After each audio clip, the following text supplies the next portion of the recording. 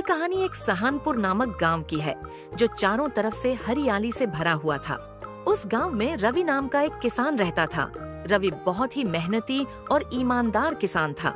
उसके पास खेती की एक छोटी सी जमीन थी, जिसमें वह मेहनत और मजदूरी करके दिन रात काम करता था। रवि के पास कुछ ज्यादा धन दौलत नहीं थी, पर उसके पास जो कुछ भी था वह उसी में खुश होकर अपनी जिंदगी अपने बेटे और अपनी बीवी के साथ गुजार रहा था। सुनीता, मुझे जल्दी से खाना दे दो, मुझे जल्दी जाना है। ठीक है, मैं आपको खाना दे देती हूँ, लेकिन आप इतनी जल्दी में कहाँ जा रहे हैं? आपको कोई जरूरी काम है या किसी से मिलने जाना है? हाँ सुनीता, तुम सही समझ रही हो। आज मुझे जमींदार जी ने अपने घर पर बुलाया है। जमींदार जी ने आपको क्यों बुलाया है? उनको आपसे ऐसा क्या काम आ गया जो उन्होंने आपको बुलाया है? पता नहीं सुनीता, इस बारे में तो मैं भी नहीं जानता हूँ। बस उन्होंने मुझे बुलाया है। अब जो भी काम होगा वह तो वहीं पर जाकर पता चलेगा मुझे भी। सुनीता रवि को खाना देती है। रवि खाना खाकर जमींदार के पास जमींदार से मिलने के लिए जा रहा होता है। तभी उसको सुनीता रोकती है और उससे बोलती है, आप जमींदार साहब से जल्दी मिलकर घर आ जाना, क्योंकि बाहर के रास्ते बहुत ज्यादा खराब है, तो आपको आने में ज्यादा टाइम लग सकता है। इसलिए आप समय से घर पर आ जाना। ठीक है सुनीता, मैं जमींदार साहब की बात सुनकर वहाँ से जल्द आने की कोशिश करूँगा। इतना बोलकर रवि जमींदार के घर उनसे मिलने के लिए चला जाता है। अरे आ गई रवि, तुम ये बताओ कामकाज कैसा चल रहा है तुम्हारा, और सब घर पर ठीक ठाक? जी मालिक, सब सही चल रहा है, लेकिन मैं इस बार कुछ ज्यादा पैसे कमाना चाहता हूँ। इसलिए मैं सोच रहा हूँ कि कुछ ज्यादा खेती करूँ, जिससे मैं थोड़े पैसे इकट्ठे करके अपने बेटे को शहर पढ़ने के लिए भेज सकूं। अरे भाई रवि, ये क्या बात कर रहे हो तुम? तुम्हारे पास तो एक छोटा सा खेत है, तुम अपने बेटे की फीस उस खेत से कैसे निकालोगे? हाँ मालिक, मैं यह बात अच्छे से जानता हूँ, लेकिन मैं अपने खेत में ज्यादा से ज्यादा मेहनत तो कर ही रहा हूँ। बाकी देना ना देना तो भगवान के ऊपर है, जो भगवान की मर्जी होगी देख लेंगे। लेकिन मैं अपनी पूरी कोशिश करूंगा कि मैं अपने बेटे का बाहर एडमिशन करा सकूं। हाँ रवि, यह बात तो मैं जानता हूँ कि तुम बहुत ज्यादा मेहनत करते हो, लेकिन मैं तुमसे कुछ कहना चाहता हूँ। जी मालिक, बोलिए, क्या कहना चाहते हैं आप? रवि, मुझे तुमसे एक काम है। मेरी कुछ अनाज की बोरियां हैं, उन्हें तुम्हें शहर पहुंचाना है। अगर तुम मेरा यह काम कर दोगे तो मैं तुम्हें अपनी कुछ जमीन खेती के लिए दे दूंगा, जिससे कि उसमें जो खेती होगी और खेत से जो मुनाफा होगा उसको तुम्हें आधा आधा करना होगा। इससे तुम्हारे बेटे का तुम बाहर एडमिशन भी करवा सकते हो और तुम्हें मुझे मेरे खेत का किराया भी नहीं देना पड़ेगा। मालिक, आप सच कह रहे हैं। मालिक, आप मेरी मदद करना चाहते हैं। रवि, मैंने कभी झूठ नहीं बोला। तुम्हारी मेहनत और लगन को देखते हुए मैंने सोचा है कि तुम्हें मैं अपनी जमीन कुछ दिनों के लिए खेती करने के लिए दे दूंगा, जिससे कि तुम्हारा भी काम हो जाएगा और मेरा भी काम हो जाएगा। ठीक है मालिक, मुझे सौदा मंजूर है। मैं आपकी बोरियां शहर तक पहुंचा दूंगा और आपकी जमीन में मैं बहुत मेहनत से काम करूंगा, जिससे कि खेती बहुत ज्यादा अच्छी होगी। आपके द्वारा की गई इस मदद को मैं जिंदगी में कभी नहीं भूल पाऊंगा। इतना कहकर रवि अपने घर चला जाता है। सुनीता, किधर हो? जरा मेरी बात तो सुनो। रवि की आवाज देते ही सुनीता रवि के पास आ जाती है। जी, क्या हुआ? आप बहुत खुश दिखाई दे रहे हैं। हाँ सुनीता, खुश तो बहुत हूँ। तुम भी यह खुशखबरी सुनकर खुश हो जाओगी। ऐसी क्या खुशखबरी है जी? जरा मुझे भी तो बताइए। हाँ, बताता हूँ। सुनीता, सेठ जी ने मुझे अपनी कुछ जमीन खेती करने के लिए दे दी है, बिना किसी किराए के, और उसमें जो भी अनाज होगा उसे बेचकर जो भी मुनाफा होगा उसमें से हमें आधा मुनाफा रखना होगा। मतलब तुम यह समझो कि सेठ जी ने अपनी मुझे जमीन कुछ दिनों के लिए खेती करने के लिए फ्री में दे दी है। बस इसके बदले में मुझे उनका सिर्फ एक काम करना है। उनकी कुछ अनाज की बोरियां हैं जिनको शहर पहुंचना है। अच्छा जी, क्या आप सच कह रहे हैं?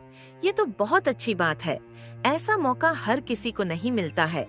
अगर ऐसा हुआ है तो फिर तो हमारे पास खेती से काफी अच्छे पैसे आ जाएंगे। हाँ सुनीता, तुम सही कह रही हो, और उन पैसों से हम अपने बेटे को बाहर पढ़ने के लिए भी भेज सकते हो। तभी उसका बेटा उसके पास आता है और अपने पिता से बोलता है, पिताजी, आप अगर शहर जा रहे हैं तो वहां से लौटते वक्त मेरे खाने के लिए कचौड़ी ले आना। मुझे कचौड़ियाँ बहुत ज्यादा पसंद है। ठीक है बेटा, मैं तुम्हारे लिए शहर से वापस लौटते वक्त कचौड़ियाँ ले आऊंगा।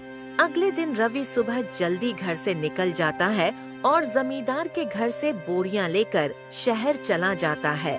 बोरियों लेकर रवि सोहन के घर पहुंचता है।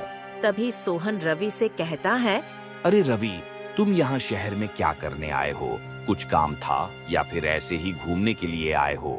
कुछ नहीं भाई, बस जमींदार जी के काम से आया था।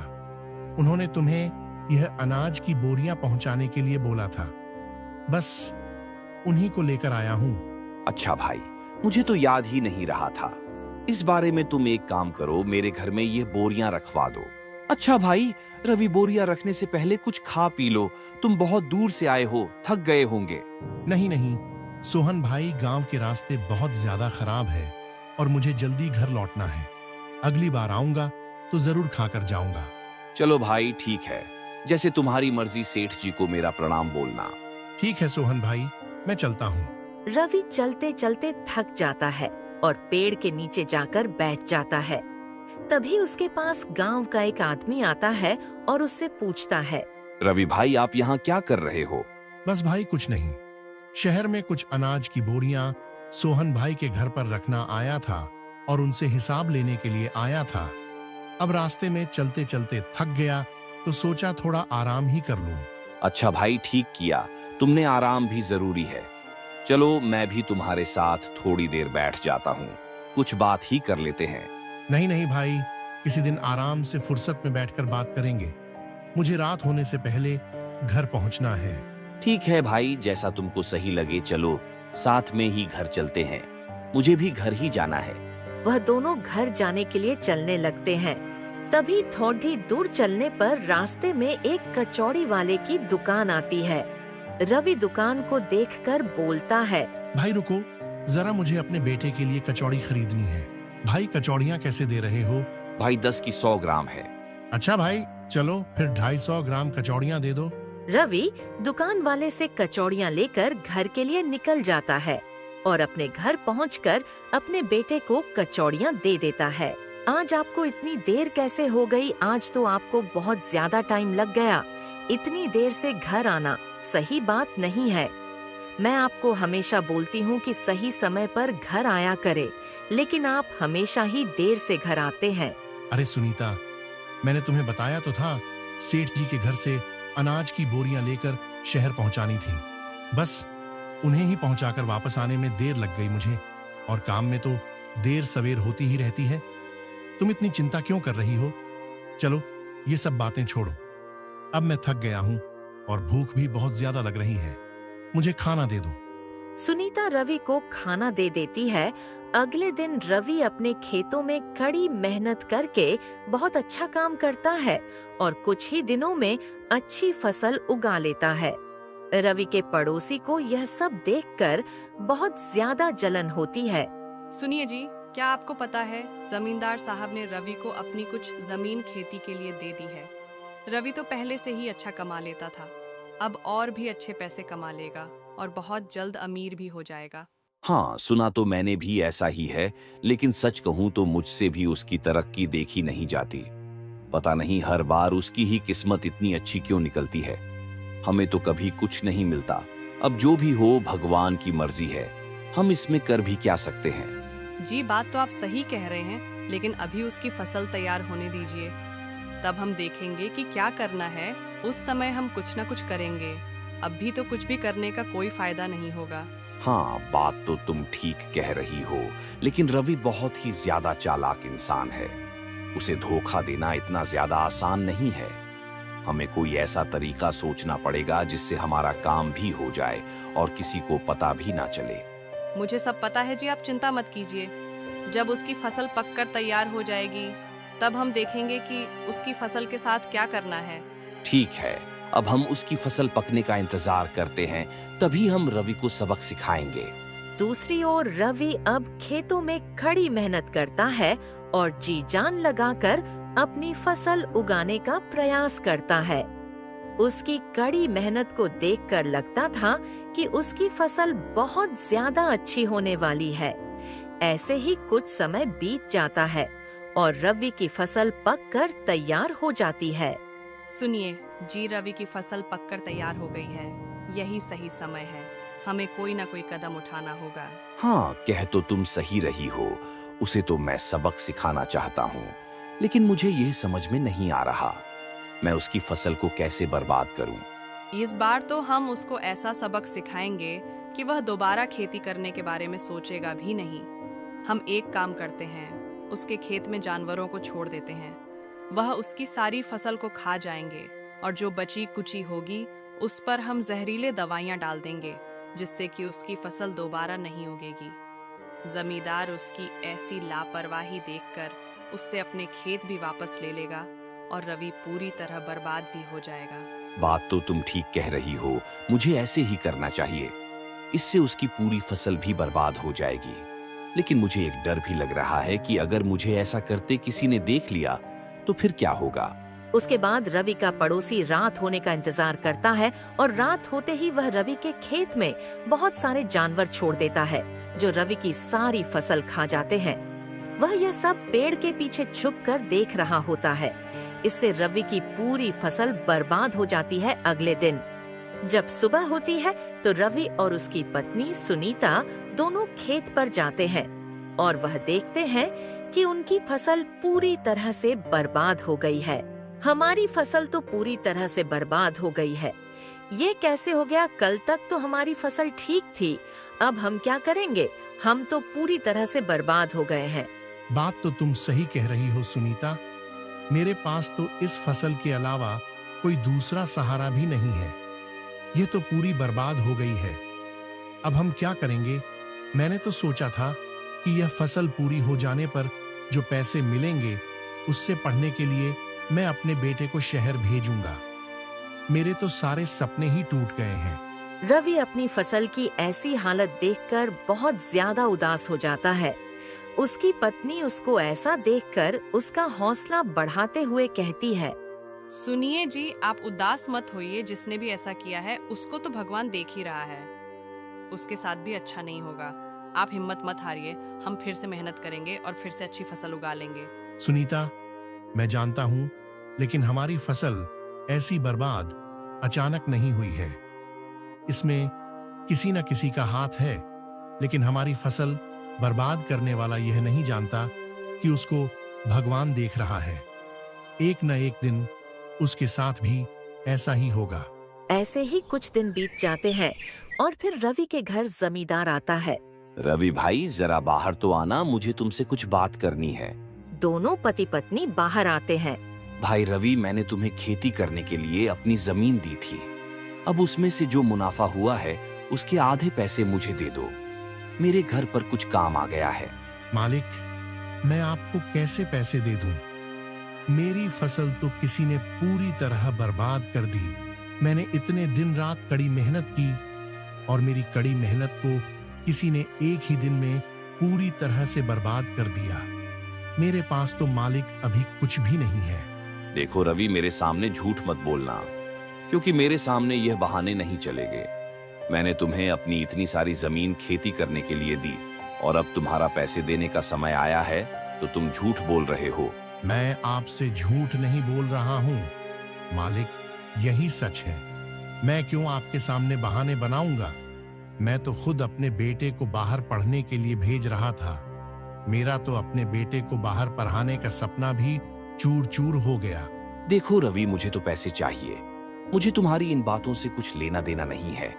अगर तुमने मुझे मेरे पैसे नहीं दिए तो मैं तुम्हारा खेत और घर भी अपने कब्जे में कर लूंगा। ऐसे ही कुछ दिन निकल जाते हैं, लेकिन रवि पैसों का इंतजाम नहीं कर पाता, जिस कारण जमींदार रवि का घर और खेत दोनों अपने कब्जे में ले लेता है। अब रवि और उसका परिवार बेघर हो गया था।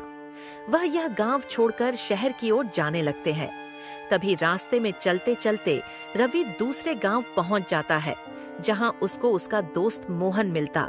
और रवि भाई, यहाँ कैसे आना हुआ? भाभी को भी साथ लेकर आई हो? बड़ी खुशी हुई तुम्हें देखकर। बस भाई, हम तो खुद अपनी किस्मत के मारे हैं। अपना गांव छोड़कर मैं यहाँ आया हूँ। मेरा गांव में कुछ नहीं बचा है। मेरे इतने दिन की कड़ी मेहनत बर्बाद हो गई। किसी ने मेरी फसल बर्बाद कर दी, जिस कारण जमींदार जी ने मेरे घर और खेत पर भी अपना कब्जा कर लिया है। हमारे पास तो अब रहने तक का भी ठिकाना नहीं है और आप अब मुझे यहाँ मिल गए हैं। आप ही कुछ हमारी मदद कर सकते हैं तो हमारी मदद कर दीजिए। मोहन भाई, मैं आपका जिंदगी भर यह एहसान नहीं भूलूंगा। रवि भाई, ये तो तुमने बहुत अच्छा किया कि तुम मेरे पास आ गए, क्योंकि मैंने तो शहर में अपना दूसरा घर ले लिया है और अब मैं वहीं रहूंगा जब तक तुम्हारे पास कोई दूसरा ठिकाना ना हो। तुम मेरे घर में रह सकते हो, अब से यही तुम्हारा घर है। इतना बोलकर मोहन रवि को कुछ पैसे देता है और उससे कहता है, भाई, तुम्हें अगर और किसी भी चीज की जरूरत हो तो तुम मुझसे बिना किसी हिचकिचाहट के बोल सकते हो। ठीक है भाई, जरूर मुझे किसी और चीज की जरूरत होगी तो मैं आपको जरूर बोल दूंगा। आपने मेरे इतने बुरे समय में मेरी मदद की है। पता नहीं मैं यह एहसान कैसे चुका पाऊंगा। अरे भाई, क्या बात कर रहे हो? तुम तो मेरे सच्चे और पक्के दोस्त हो। तुमने भी तो मेरे बुरे वक्त में मेरा साथ निभाया है और सच्चा दोस्त वही होता है जो बुरे वक्त में अपने दोस्त का साथ निभाए। और यह कोई एहसान नहीं है, ये तो दोस्त की तरफ से तुम्हारी एक छोटी सी मदद है। इतना बोलकर मोहन वहाँ से चला जाता है। अब रवि को रहने के लिए घर तो मिल जाता है, लेकिन वह इस सोच में डूबा हुआ था कि वह यहाँ रहकर खाएंगे क्या और काम क्या करेंगे। अगर काम नहीं करेंगे तो फिर घर कैसे चलेगा।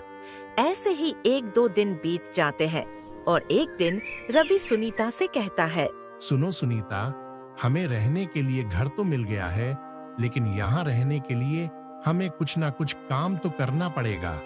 अगर हमने जल्द से जल्द कुछ काम नहीं किया तो मोहन भाई ने जो पैसे दिए हैं वह भी खत्म हो जाएंगे और फिर हमारा घर कैसे चलेगा। मुझे तो कुछ समझ नहीं आ रहा है। आप चिंता मत कीजिए, आपको जो मोहन भाई ने पैसे दिए हैं उनसे हम सब्जी का छोटा सा कारोबार शुरू करेंगे और उससे जो मुनाफा होगा फिर हम अपने कारोबार को और ज्यादा बढ़ा लेंगे और हमारा कारोबार अगर अच्छा चल गया तो हमारे पास बहुत सारे पैसे इकट्ठे हो जाएंगे। लेकिन सुनीता, अगर हमारा यह काम नहीं चला तो फिर हमारे घर में खाने पीने के लिए भी कुछ नहीं बचेगा, तो हम क्या करेंगे? अरे आप चिंता क्यों करते हैं? भगवान पर भरोसा रखिए, देखना सब कुछ ठीक होगा और हमारा कारोबार भी अच्छा चलेगा। अगले दिन रवि सब्जी मंडी से सब्जियां खरीदकर बाजार में बेचना शुरू कर देता है। सब्जियां ले लो, सब्जियां, ताजी हरी सब्जियां। रवि की सब्जियां पहले ही दिन बाजार में अच्छे दामों पर बिक जाती हैं, क्योंकि रवि के अलावा वहाँ कोई और सब्जी का काम नहीं करता था। दूसरे गांव से सब्जी लेने जाना पड़ता था। इसी वजह से रवि की सब्जियां पहले ही दिन अच्छे दामों पर बिक जाती हैं। अब इसी तरह रवि की दिन बाद दिन सब्जी की बिक्री बढ़ती जाती है तो वह और ज्यादा सब्जियां लाकर बाजार में बेचने लगता है, जिससे उसे और ज्यादा मुनाफा होता है। अब इसी तरह कुछ दिन बीत जाते हैं और रवि के पास काफी पैसे इकट्ठे हो जाते हैं। रोहन के पापा, अब तो हमारे पास काफी पैसे इकट्ठे हो गए हैं। क्यों ना हम अपने गांव वापस जाकर सेठ से अपना घर और अपना खेत वापस ले लें। सुनीता, बात तो तुम सही कह रही हो। मुझे भी अपने गांव की बहुत ज्यादा याद आ रही है। मैं भी यही सोचूं, सेठ से अपनी जमीन और खेत वापस लेकर हम भी अपना एक अच्छा सा घर अपने गांव में बनाएंगे और वहां पर सुकून से रहेंगे। रवि के पास अब पैसों की कोई कमी नहीं थी। उसने अपने बेटे को पढ़ने के लिए शहर भी भेज दिया था और वह वापस अपने गांव चला जाता है। रवि गांव में जाकर देखता है उसके पड़ोसियों की हालत बहुत ज्यादा बुरी हो चुकी थी। वह बहुत ज्यादा गरीब हो चुके थे। उनके पास खाने पीने के लिए भी कुछ नहीं था। उनको समझ आ गया था कि उन्होंने जो रवि के साथ गलत किया है, उनको इस चीज की ही सजा मिल रही है। वह रवि से मिलकर माफी मांगना चाहते थे। जब उनको पता चला रवि वापस गांव आ गया है, तब वह दोनों पति पत्नी रवि के घर रवि से मिलने जाते हैं और उसे कहते हैं, रवि भाई, मुझे माफ कर दो। मैंने ही तुम्हारी फसल बर्बाद की थी। मुझे तुम्हें आगे बढ़ता हुआ देखकर जलन होने लगी थी और मैं चाहता था कि तुम मुझसे ज्यादा आगे ना बढ़ो। इसलिए ही मैंने जलन के कारण तुम्हारी फसल बर्बाद कर दी, जिसकी सजा मुझे अब मिल रही है। मैं एक एक रुपए के लिए परेशान हो गया हूँ। मेरे घर में खाने का एक दाना भी नहीं है। मेरे ऊपर इतनी ज्यादा गरीबी आ गई है। मुझे माफ कर दो रवि भाई, मैं आगे से कभी भी किसी के साथ ऐसा काम नहीं करूंगा।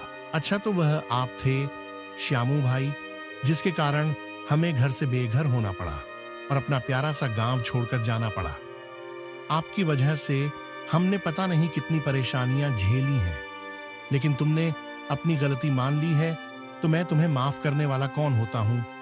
तुम्हें पहले ही इस चीज की सजा मिल चुकी है। तुम्हें माफी मांगनी ही है तो भगवान से माफी मांगो, शायद वह तुम्हें माफ कर दे। और हां, मैंने तो तुम्हें माफ कर दिया है।